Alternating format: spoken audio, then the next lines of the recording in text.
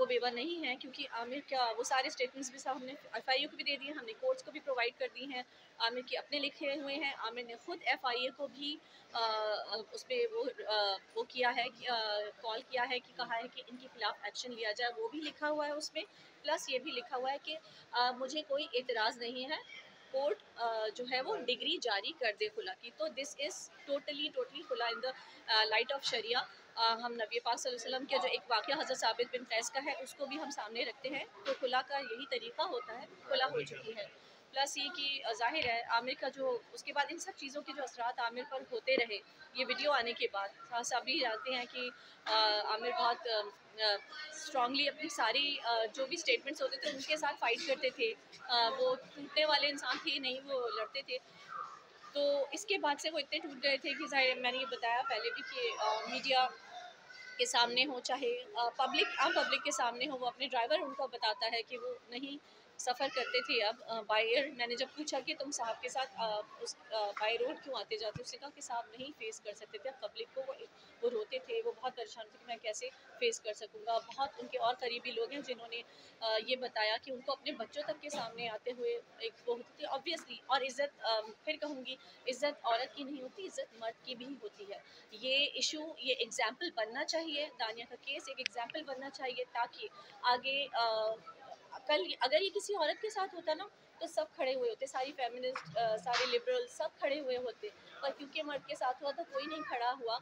ये आमिर के ऑनर की बात खाली ये नहीं कि मेरे बच्चों के वो फादर थे, आमिर साहब मेरा एक ज़िंदगी का एक हिस्सा गुजरा है। ये बात एक सोशल रिस्पॉन्सिबिलिटी हम सब की, कि अगर कोई हम जब बातें करते हैं बड़ी बड़ी टीवी पे आके भी हक़ की बात करते हैं।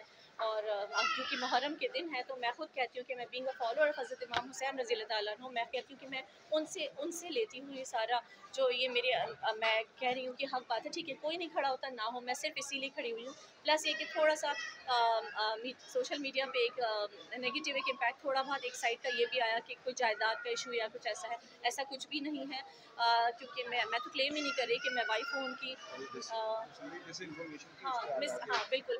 वो इन्फॉर्मेशन जो मिसकंसेप्शंस जो लोगों ने बनाए हुए थे, और प्लस ये कि दानिया साहिबा थोड़ा जैसे ही हमने ये फ़ाइल किया एप्लीकेशन एफआईए में, उससे पहले तक तो उन्होंने धमकियों की कोई बात की ही नहीं थी, आज तक नहीं की थी, जब तक नहीं की थी। तो अचानक उन्होंने अगले दिन स्टोरी डाल दी इंस्टा पे, जिसको इतना वायरल कर दिया गया कि मैंने भी धमकियाँ दी थी ये जान से मारने की। तो मुझे तो हंसी आती है ऐसे इल्ज़ामात पे। और इल्ज़ाम उसके बाद कोर्ट में पहुँच, अगर आपको नहीं ना रहने का एक सीधा सा ज़रिया है कि आप तलाक लें, खुला लें, कोर्ट जाएँ और सिंपली ग्रेसफुली आप अलग हो जाएँ।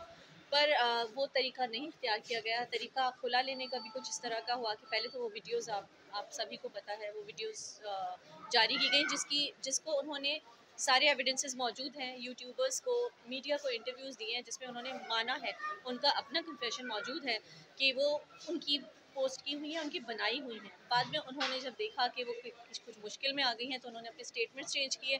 थ्रू आउट इस फैमिली के स्टेटमेंट्स जो हैं, अगर आप देखते हुए आएँ तो चेंज होते रहे हैं। यहाँ से उनकी यारी वकारी का सबूत मिल जाता है, क्योंकि उस टाइम जब खुला लेती हैं तो वो कहती हैं 1 रुपया भी नहीं चाहिए, हराम है जो 1 पैसा भी लूँ मैं आमिर लाख से, मुझे बस खुला चाहिए, डिवोर्स चाहिए। वो उनकी वालिदा कहती हैं। हमने ये सारे सबूत एफआईए को दे दिए हैं, ये सारी चीज़ें दी हैं, प्लस और भी बहुत सारी चीज़ें जो मीडिया के सामने अभी नहीं है, वो बाद में आ ही जाएंगी वक्त के साथ। जो हमने एफआईए को प्रोवाइड कर दी है, सफिशेंट प्रूफ्स हैं।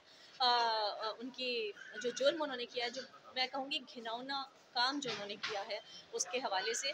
और दानिया को इसलिए सज़ा होनी चाहिए, इसलिए इस पर फ़ौरन एक्शन लेना चाहिए। और मुझे पूरी उम्मीद है एफआईए ने हमको तसल्ली बख्श, पूरा इत्मीनान बख्श एक रिस्पांस दिया है। मुझे पूरी उम्मीद है कि वो लोग एक्शन लेंगे और जल्द लेंगे। ऐसी ख़वातीन को ज़रूर सज़ा होनी चाहिए, ताकि और 100 आमिर लियाकत जो है इस तरह डिप्रेशन से मरने से बच सकें।